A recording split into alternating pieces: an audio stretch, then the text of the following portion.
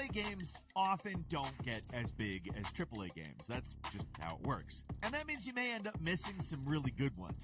Hi folks, it's Falcon, and today on Game Ranks, 10 AA games you shouldn't have skipped. Starting off with number 10, it's Evil West, which was developed by Flying Hog Games, the guys behind the actually pretty good Shadow Warrior reboot games. Evil West may be the most generic title of all time. I don't know what it is with the word West in game titles, but there's Weird West, Hard West, Blood West. What's with all the Wests? I'm fairly certain I didn't mention all of them here. The name isn't doing this one any favors, though, but the game itself, solid as hell. The story's nothing to write home about. It's kind of your bog standard. It's the Wild West, but there's vampires. Like exactly what you imagine that to be, that's what it is. Also, it takes a little while for the combat to really click, but once you've got a lot of powers and your weapons are unlocked, trying to do a test stream, testing out my everything. It basically plays like if you combine the God of War.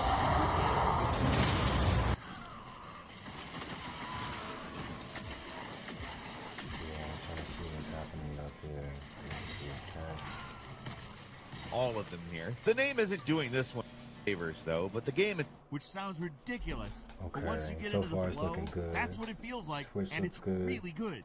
There's some really Instagram awesome boss good. fights that get mixed up in here too. It's a slow start for sure, drip feeding you new pieces of equipment while you explore the frankly kind of dull Wild West locations. But this is one of those games that gets a lot better as it keeps going. You get your money's worth with this one too. Unlike Shadow Warrior 3, which is pretty short, they made sure the campaign here was fairly lengthy, and the drip feed of new equipment and enemies never stops until the end. It's not a game I'd recommend at full price necessarily, but if you can get it on discount, it is a fun trip, and it's also on Game Pass. Just remember, it does get better as it goes along. The first few hours are a little slow.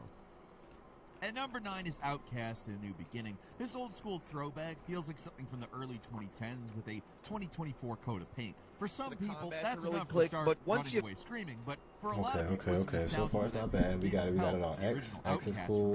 Instagram's cool. I think there's a lot to like with this game. It's an unabashedly traditional open world game with your standard map covered in icons, but the non-linear structure is what I appreciate. Combat's fairly basic. The activities you can do in the open world aren't always that exciting, but the world design is impressively vast, and as you unlock new traversal powers, things get a lot more interesting. Being able to rocket around these environments at high speeds is so much fun. It is easily the highlight of the game, and any side quest that encourages movement powers, they're the best ones. Anyone who's burnt out on open world games, stay far away from this one, because, I mean, I laid it right out there for you. It is a traditional open world game in a